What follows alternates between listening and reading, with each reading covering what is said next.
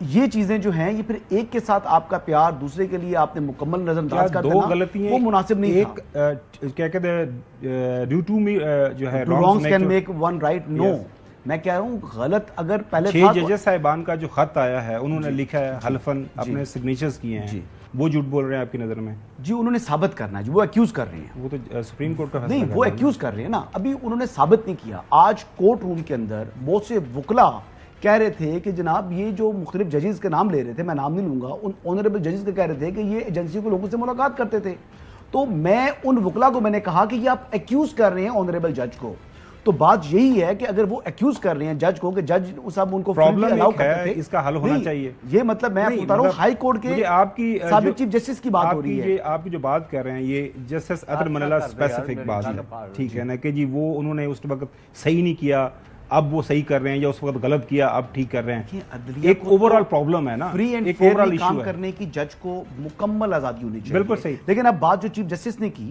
Chief justice supreme court of Pakistan نے بات کی وہ بہت اہم بات کی انہوں نے کہا کہ یہ ججز کے اوپر جو آ کر ڈسٹرکٹ جوڈیشری کے اندر جو پریزیڈنٹ باہر آ جاتے ہیں اور وہ چیمبر ان کا بند کر دیتے ہیں توڑ پھوڑ کرتے ہیں کیا وہ عدلیہ کی آزادی میں مداخلت نہیں ہے بالکل صحیح ڈسٹرکٹ جوڈیشری کی بات ہو رہی ہے اور اسی طریقے سے چیف جسٹس اطہر منلہ کا ایک واقعہ بتا دوں کہ انہوں نے ایک بڑا زبردست فیصلہ دیا انہوں نے کہا جی کہ ایف ایڈ کے اندر جتنے بھی چیمبرز ہیں وکلا کے وہ ان کو غیر قانونی ان کو مسمار کر دیا جائے آپریشن کر دیا جائے اس دن چیف جسٹس اطہر منلہ صاحب کو ہائی کورٹ کے اندر جو ہے وہ بند کر دیا وکلا نے اور وہ فیصلے کے اوپر انہوں نے اتنا سخت رد عمل دیا اتنا سخت رد عمل کیا وہ عدلیہ کی آزادی نہیں ہے عدلیہ نے اگر آزاد ہونا ہے تو وہ تو انہوں نے وکلا سے بھی آزاد ہونا ہے ان کے ہر قسم کے پریشر سے آزاد ہونا ہے خالی ایجنسیز کا پریشر نہیں ہے جسٹس مندو خیل صاحب نے بھی جو ہے اس موقع کے اوپر ریمارکس دیے وہ بھی نقوی صاحب میں آپ کے پاس آنے سے پہلے ناظرین کو سنانا چاہتا ہوں This is not only interference. You see, since we have taken this notice, especially 2 of our learned members of the bench have been targeted. This is not interference. This is a threat to the 2 judges. میں اسی کو ہی respond کرنا چاہتا ہوں. آپ دیکھیں shameful ہے, دیکھیں ایک ڈسکسٹنگ ہے, انیکسیپٹیبل. اور جی صاحب ذرا سنیں, ہائی کورٹ کے ججز کو تو چھوڑ دیں کہ انہوں نے ایک شکایت کی ہے. شکایت جو ان کا اشر ہوا ہے, ہم نے جو نوٹس لیا, ہمارے ساتھ کیا ہو رہا ہے؟ کیا اس طریقے سے انڈیپینڈنس ہو سکتی ہے؟ کیا آپ ممبر کے پرسنل اس پہ ججمنٹ آ چکی ہے؟ ہم ایک ججمنٹ اور دیتے تو کیا ہوگا؟ بالکل اگر اسی طرح ہونا ہم 10 ججمنٹ اور دیتے ہیں. جی نقوی صاحب. جی دیکھیں, ایجنسیاں مداخلت کرتی ہیں اور صرف پاکستان میں نہیں پوری دنیا میں کرتی ہیں. ہندوستان میں بابری مسجد کا ایک کیس ہے, اس پہ چیف جسٹس کو بیان دینا پڑا تھا کہ مجھے انفلوئنس کیا گیا کہ اس کے خلاف فیصلہ دوں. وہ ہندوستان کے کروڑوں مسلمانوں کو انصاف نہیں دے سکا تھا. گوانتا نامو بے میں اتنے لوگ گرفتار کر کے لے جا کے چھوڑ دیے گئے, ان کی کسی عدالت میں کوئی سنوائی نہیں تھی کیونکہ امریکی عدالتوں کو وہاں کی ایجنسیاں انفلوئنس کرتی تھی. عافیہ صدیقی اتنے عرصے سے امریکہ کی جیل میں ہیں. عافیہ صدیقی کو انصاف نہیں مل رہا, عدالتوں میں کیس نہیں چل رہا کیونکہ ایجنسیاں انفلوئنس کرتی ہیں. ایجنسیاں انفلوئنس کرتی ہیں ہائی پروفائل کیسز میں.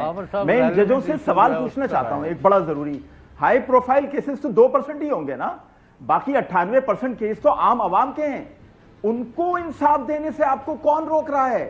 کون روک رہا ہے آپ کو؟ یہ جو ہزاروں پورے پاکستان میں ہاؤسنگ سوسائٹیز بنی ہوئی ہیں اور عوام کا پیسہ لے کر کھا جاتی ہیں, ان کے ساتھ فراڈ کرتی ہیں, ایک ایک فائل 50-50 لوگوں کو بیچتی ہیں, آپ جانتے ہیں, آپ انصاف نہیں دلاتے. کون روک رہا ہے یہ بتائیے؟ جعلی دواؤں کا کاروبار کرنے والے سے یہ بتائیے آپ کو کون روک رہا ہے؟ آپ 100 موٹو لے سکتے ہیں خط کے اوپر, تو آپ 100 موٹو اس پہ بھی لے سکتے ہیں. کون روک رہا ہے آپ کو لا اینڈ آرڈر کی سچویشن میں جو لوگ سڑکوں پہ مر رہے ہیں ان کے اوپر 100 موٹو لینے سے؟ آپ کو کون روک رہا ہے؟ آپ کو ایجنسیوں کی مداخلت نظر آ رہی ہے. یہ ایجنسیاں ہی تو ہیں جو سڑکوں میں, بازاروں میں, گلیوں میں, سرحدوں پر ہماری حفاظت کر رہی ہیں. اور اگر یہ ایجنسیاں کسی کو گرفتار کر کے آپ تک لے کر آتی ہیں جو دہشت گردی میں ملوث ہے, تو ایجنسیاں چاہیں گی اس کو سزا ملے. اور اگر ایجنسیاں چاہیں گی اس کو سزا ملے تو اگر وہ آپ کو اس کے متعلق کوئی چیز بتاتے ہیں تو یہ ان ایجنسیوں کے, ان اہلکاروں کا, ان سپاہیوں کا, ان فوجیوں کا, ان پولیس والوں کا حق ہے کیونکہ وہ جانے دیتے ہیں اس عوام کی حفاظت کے لیے. تو ایجنسیاں تو مداخلت کرتی ہیں. رہ گئی بات